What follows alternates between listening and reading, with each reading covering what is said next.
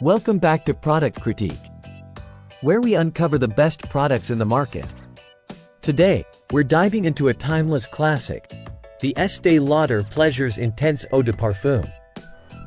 If you're in the market for a signature scent that's both elegant and long-lasting, this might just be your perfect match.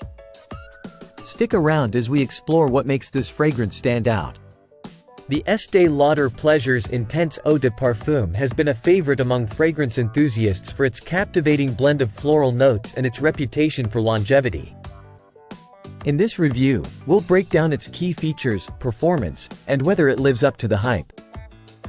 So, let's jump right into it.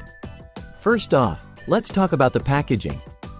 As you can see, it exudes elegance with its sleek design and attention to detail.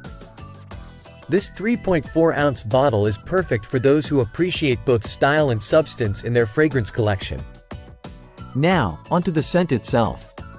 The Pleasures Intense opens with a bouquet of vibrant floral notes, which are then softened by a hint of spices and a touch of amber. It's a well-balanced composition that transitions beautifully from day to night.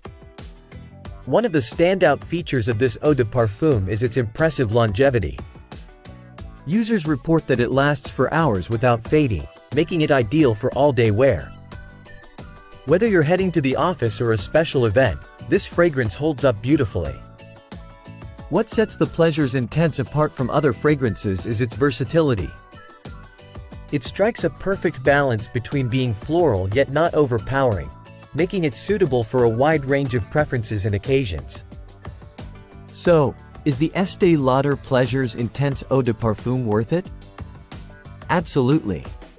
With its exquisite blend of floral and spicy notes, long-lasting performance, and elegant packaging, it's no wonder this fragrance remains a timeless favorite.